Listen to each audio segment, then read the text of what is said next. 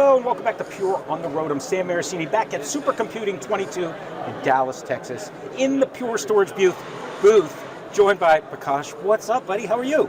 I'm doing great. Look at the energy around us. It's everywhere. It's almost like there's bourbon tasting going on behind us right now. But anyway, so you are part of our solutions engineering team. You get to spend time in the lab. You get to play with this stuff, especially for HPC. How cool is that, man? You get to play with the toys. You can't say anything that can go any wrong. Look at the audience here. That's right. Yeah, the people all around us, and they're all in the HPC space. That's so exciting. It absolutely is. And by the way, in our booth, we have all of these cool pieces of collateral we've been talking about. And I jumped into one right there, which is that JFrog Cloud Direct. And it links back to a blog that you wrote. So yes. I really wanted to kind of talk about this. What's JFrog? What's it mean? And what's FlashBlade doing? That's a very interesting thing because JFrog falls into all verticals. Okay. So it is not like tied to a software dev because everybody does software dev. Sure. Right. Now, what is unique about this solution is JFrog Artifactory is a binary package manager. Okay. Which is very commonly used in any vertical today, which involves software development. So if you're doing software development, you've heard of it, you've exactly. used it. So what has happened is, over the years, the size of the binary packages have grown bigger and bigger. Sure. Now, when you are dealing with small packages like the Docker images, it's all great, right? When you get into packages like in C, C++, which are core business where it runs, and you've got developing that in a bigger size, your compute size, the source code size itself is too big. It's a big binary, exactly. executable, whatever it is. Whatever you need to get to the client is big. So, but when you're doing this testing in your DevOps process, in the agile software development process, you need to download those binary packages and artifacts multiple times. And there is just not one developer. There will be hundreds of them doing it in parallel, right? That's where the contention happens. Okay. And that's where the speed of downloading goes down. That hurts. That hurts big time because that slows down the software delivery pipeline. It speeds up everything, the whole test dev cycle. Exactly. It slows down. So what happens at the time is, what is Pure Storage going to do this? Why are we talking about this at a Pure Storage booth here? That's what I'm wondering. That's why I jumped on it. Exactly. I'm like, what are we talking about? So what we have done is, we have gone ahead and architected the entire JFrog Artifactory components on a FlashBlade. We have configured the JFrog Artifactory database over NFS. Now, somebody would argue, why would I do it NFS? The one and biggest reason I would say is resiliency. Okay. Right? Whenever you do have failures, metadata, if it is impacted, your entire access to the Artifactory is gone. So if you have a resilient database, then you have got a lot more uptime to access the Artifactory. That's number one. The other component is the read cache. Now, when I'm talking about this feature, the direct download storage feature from Artifactory, which is a very recent addition to the on-premise version of Artifactory. This feature is available starting 6.x of Artifactory in the cloud. Okay. But they just released that very recently, a few months ago, on an on-prem version. So you need to be running on the latest and greatest of 7.41 and later of Artifactory. Second, you need to have an Enterprise Plus license to enable this. Okay. Now, the Enterprise Plus license is a JFrog license. Nothing to do on Pure Storage.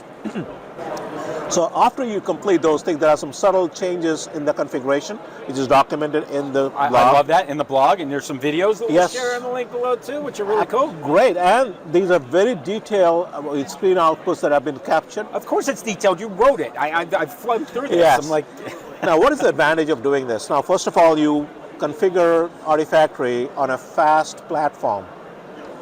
Fast files, fast object. Sure. Right? That's number one. Number two, because you're doing that, what is going to the object side? That's the repositories.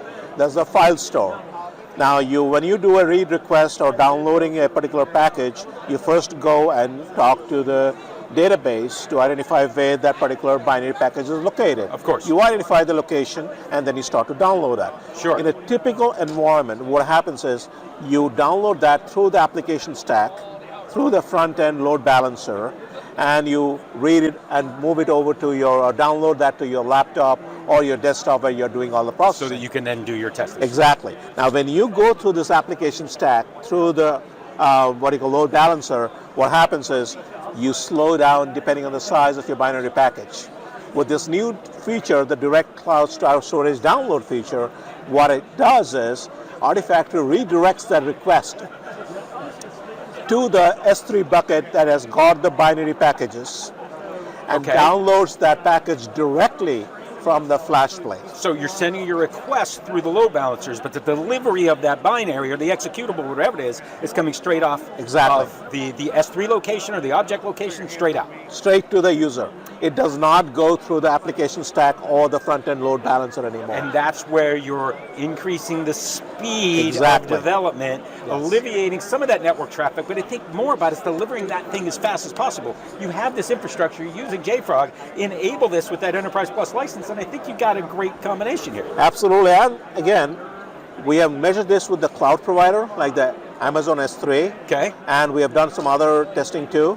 But compared to the cloud offering and what we can do on a fast object on FlashBlade, it's 4x faster. 4x faster. 4x faster as far as download speed. So we took various different scenarios, used the same data set, and we ran the test in different scenarios like the cloud offering, the very extreme left, and then the directly from the FlashBlade. Comparing to the cloud, we are 4x faster. That's what it's all about. And by the way, like I said before, you can use this if you have that. Prakash, thank you. What else fun are you working on in the labs? You always got something cool, but you never want to tell me about it until we're on a show floor. We have launched this great FlashBlade S series, which is our new generation of UFFO, Unified File and Fast Object. This has been a great journey from a pure storage perspective, from the current version of the FlashBlade, which I think has been extremely popular and successful with our customers. What the new box is going to deliver is more than 2.2x faster IOPS. Now think about chip designers in HPC world looking for a lot more faster storage box. And small files, high metadata, this box is going to really go screamingly fast. And that's another, make it easy? Makes it a lot more simpler. We have got a rich API that can be integrated directly to the workflow and at the same time give you the speed that you need to have access to the data.